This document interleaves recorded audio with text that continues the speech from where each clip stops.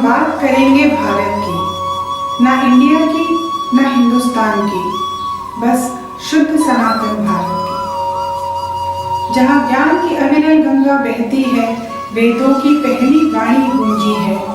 ये देवों की तपोभूमि है, राम और कृष्ण की कर्मभूमि है। हम बात करेंगे उस भारत की जो हम सबकी मातृभूमि है। आप सभी को मेरा प्यार भरा नमस्कार। पिछली सीरीज में हमने सिंधु घाटी सभ्यता की बात की थी और हमने देखा था कि किस प्रकार से इतिहासकारों के आर्कियोलॉजिकल प्रमाण ही उनके आर्य आक्रमण सिद्धांत को खारिज कर रहे हैं। लेकिन इसे विडंबना ही कहा जाएगा कि आज भी हम लोग अंग्रेजों के द्वारा लिखे गए इतिहास को पढ़ने के लिए विवश हैं। अगर इसके आगे के इतिहास की बात करें तो प्राचीन भारत का इतिहास इस प्रकार से विभाजित किया जाता है। सिंधु घाटी सभ्यता का काल 5000 से 1500 बीसी तक। इसके बाद आता है वैदिक काल 1500 बीसी से 600 बीसी, जब आर्यों ने बाहर से आकर सिंधु घाटी सभ्यता के लोगों पर आक्रमण करके उसे नष्ट कर दिया और फिर यहीं रहने लगे। आर्यों ने ही वेद लिखे, इसलिए इस काल को वैदिक काल कहा जाता है। इस वैदिक काल को भी दो भागों में विभाजित किया जाता है। अर्ली वैदिक पीरियड जो 1500 बीसी से 1000 बीसी तक का है, और लेटर वैदिक पीरियड जो 1000 बीसी से 600 बीसी तक का है। जैसा कि हमने देखा कि इन इतिहासकारों का कहना है कि आर्य बाहर से आए थे, लेकिन कहां से आए थे इसके अनेक मत हैं। जैसे मैक्स मूलर का कहना है कि वो सेंट्रल एशिया से आए थे। दयानंद सरस्वती जी का कहना है कि वो तिब्बत के भाग से आए थे। बाल गंगाधर तिलक के अनुसार वो आर्कटिक से आए थे, और मैकडॉनल्ड्स और गिब्स की जो थ्योरी है उसके अनुसार वो ऑस्ट्रिया और हंगेरी से आए थे। इनके अनुसार बाहर से आकर आर्य सप्त सिंधु इलाके में बसने लगे। सप्त सिंधु यानी 7 नदियों का इलाका। और ये 7 नदियां कौन सी हैं? ये हैं सिंधु, चेनाब, रवि, सतलज, झेलम, व्यास और सरस्वती। यहाँ से ये लोग धीरे धीरे उत्तर भारत के अन्य स्थानों पर फैलने लगे। इतिहासकार इस काल को वैदिक काल इसलिए कहते हैं क्योंकि इन्हें 1500 बीसी में ऋग्वेद की लिखित रूप में रचना प्राप्त हुई, और इनके अनुसार बाकी के वेद बाद में लिखे गए। अर्ली वैदिक पीरियड, इसके बारे में कहा जाता है कि इस काल में समाज पितृसत्तात्मक यानी कि पेट्रियार्कल सोसाइटी थी या फिर मेल डोमिनेटेड थी, लेकिन इसके बावजूद महिलाओं का जीवन अत्यंत सम्मानजनक था। वो शिक्षा की हकदार थी, पूजा विधान में भी बराबर का भाग लेती थी। इस काल की महिलाओं की स्थिति का अंदाजा आप इसी बात से लगा सकते हैं कि समाज में विधवा विवाह प्रचलित था, और इस समय की सभ्यता का अंदाजा भी इस बात से लगाया जा सकता है कि इस काल में बाल विवाह नहीं होते थे। लड़की हो या लड़का, शिक्षा आवश्यक थी। वैदिक काल की सबसे महत्वपूर्ण बात यह थी कि उसकी वर्ण व्यवस्था। खास बात यह थी कि यह कर्म आधारित थी, और इसलिए ये शुद्ध रूप से वर्ण व्यवस्था ही कहलाती थी, जाति व्यवस्था नहीं। यानी क्लास सिस्टम था, कास्ट सिस्टम नहीं था। ये लोग गेहूं, चावल और बाजरा जैसी चीजों की खेती करते थे, लेकिन ये इनका पेशा नहीं था। इनका मुख्य पेशा था पशुपालन। ये लोग पशुओं को पालते थे और उनसे काम भी लेते थे, लेकिन गाय इनके लिए पशु नहीं थी। गाय का इनके जीवन में बहुत ही विशेष महत्व था। वो न सिर्फ पूजनीय थी, बल्कि वो संपन्नता का प्रतीक भी थी। इस काल के लोगों के मन में गाय का कितना महत्व था, इसका अंदाजा इसी बात से लगाया जा सकता है कि गाय के लिए युद्ध तक हो जाते थे। गाय के अलावा जिस चीज का विशेष उल्लेख इस काल में मिलता है वो है सोम नाम की वनस्पति। ये एक ऐसा पौधा है जिसके रस को सोम रस कहा जाता है, और इसका उल्लेख ऋग्वेद में कई बार आया है। कहा जाता है कि यह वनस्पति कश्मीर में पाई जाती थी। सामाजिक व्यवस्था की बात करें तो वैदिक काल में परिवार कुल से जाना जाता था, जैसे रघुकुल, इक्ष्वाकु कुल, और राजा को राजन यानी जन का राजा ऐसे कहा जाता था। वो प्रजा पर राज करने से अधिक प्रजा का पालक यानी उसका ध्यान रखने वाला होता था। राजा कौन होता था? जैसा कि अधिकतर होता है, राजा का बेटा ही राजा बनता था, लेकिन यदि प्रजा चाहे तो वो राजा को बदल भी सकती थी। विशेष बात यह है कि इस काल में लोग छोटे छोटे समूह में रहते थे।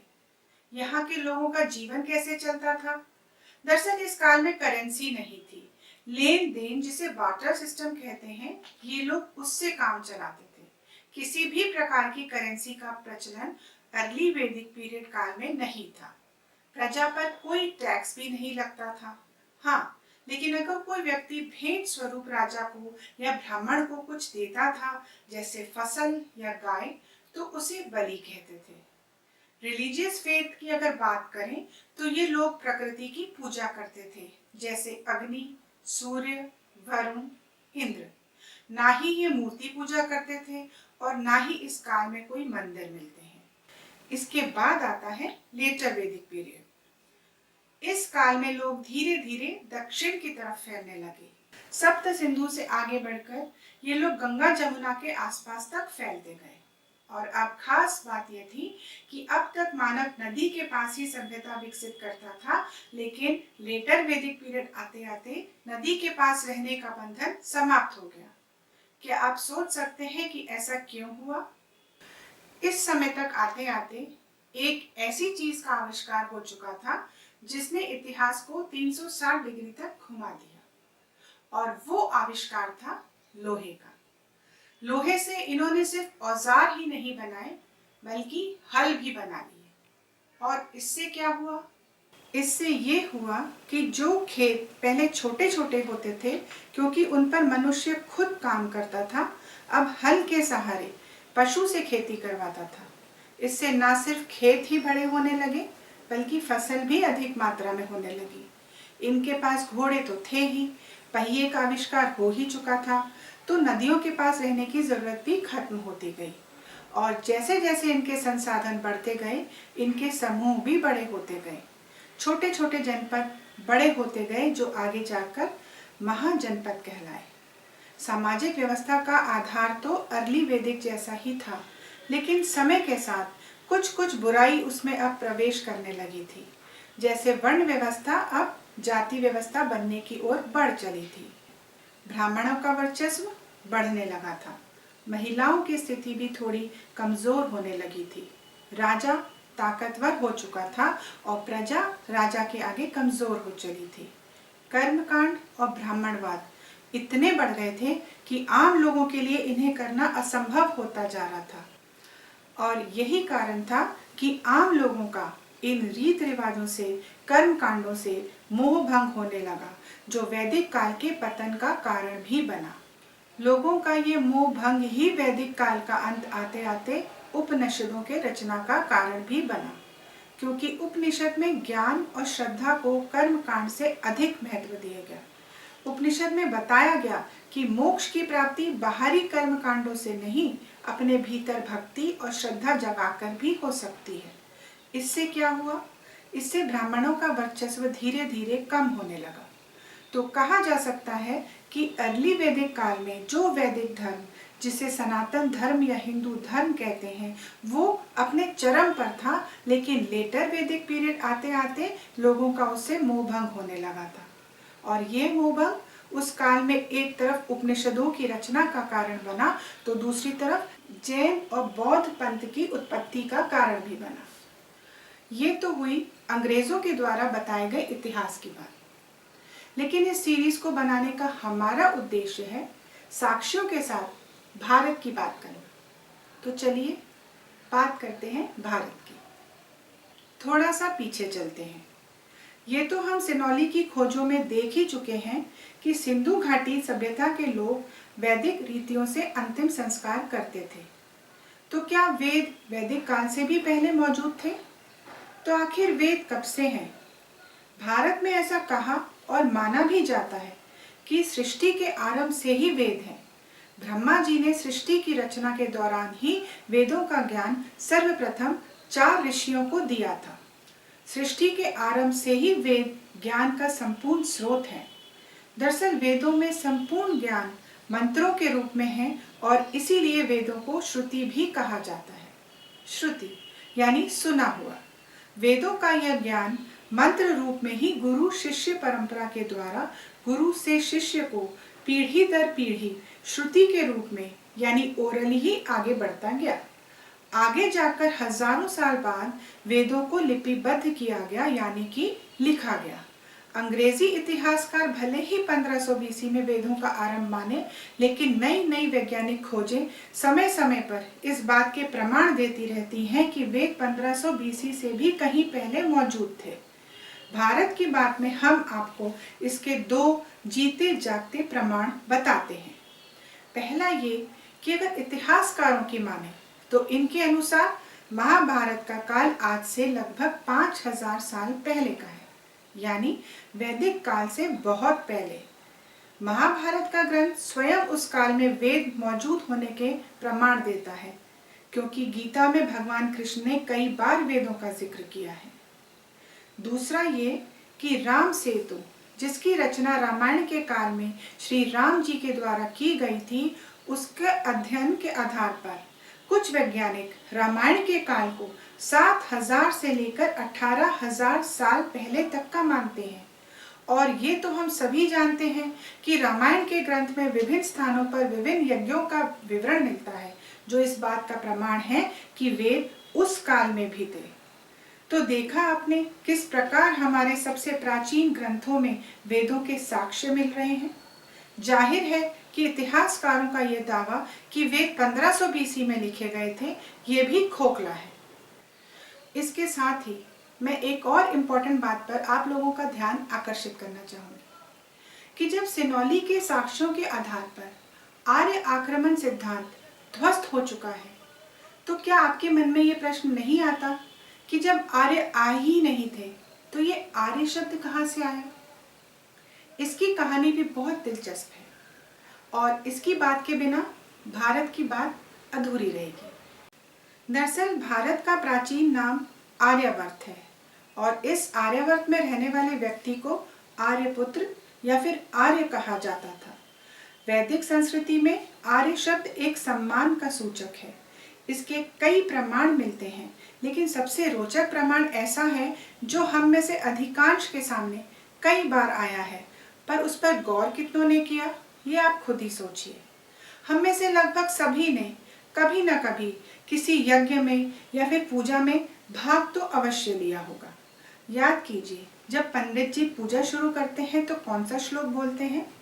जी हाँ, जम्बू द्वीपे भरतखंडे आर्यवर्ते अमुक प्रदेशे। ये सभी भारत के वो नाम हैं जो उसकी भौगोलिक स्थिति यानी उसकी ज्योग्राफी के आधार पर बनाए गए हैं। यानी जम्बू द्वीप पर एक खंड है भारत, जिसे आर्यावर्त कहते हैं। और ऐसे ही निरुक्त जो कि वेदांग का भाग है, उसमें कहा गया है आर्य ईश्वर पुत्रः। गीता में श्री कृष्ण अर्जुन से कहते हैं अनार्यम जुष्टम स्वर्गम कीर्ति करम अर्जुन। हे अर्जुन, तुझे इस समय में यह अन आर्यों का सा मोह किस हेतु प्राप्त हुआ? क्योंकि यह ना तो श्रेष्ठ पुरुषों द्वारा आचरित है, ना ही स्वर्ग देने वाला और ना कीर्ति। अन आर्य यानी जो आर्य नहीं है, और वो साफ साफ कह रहे हैं कि अनार्यों जैसा आचरण न स्वर्ग देगा न कीर्ति। तो इन प्रमाणों से हमें 2 बातें बिल्कुल स्पष्ट हो जाती हैं। पहला ये कि आर्य केवल आर्यावर्त में रहने वाले लोगों के लिए प्रयोग किया जाने वाला एक शब्द है जो कि भारत है, और आर्यावर्त एक ज्योग्राफिकल बाउंड्री है जो कि वर्तमान भारत में पाई जाती है। इसलिए आर्य सिर्फ और सिर्फ भारत के लोग हैं। उनका यूरोप, जर्मनी, सेंट्रल एशिया जैसे किसी अन्य स्थान से कोई संबंध नहीं है। तो अब तक की भारत की बात में हमने देखा, पहला ये कि आर्य बाहर से नहीं आए थे। दूसरा, वेद शुरू से ही भारत की संस्कृति के केंद्र में थे। और तीसरा ये कि वेदों के ज्ञान के दुरुपयोग और ब्राह्मणों के बढ़ते वर्चस्व के कारण ही लोगों का वैदिक धर्म से मोहभंग होने लगा और वो खुद उसके वैदिक धर्म के पतन का कारण भी बना, उपनिषदों के जन्म का कारण भी बना।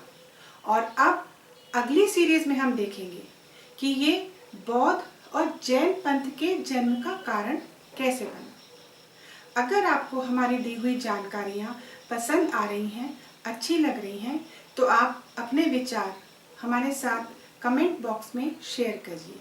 हमारे वीडियो को लाइक कीजिए, शेयर कीजिए और हमारे YouTube चैनल को सब्सक्राइब कीजिए ताकि हमें इस सीरीज़ को और आगे बढ़ाने का मोटिवेशन मिलता रहे। धन्यवाद।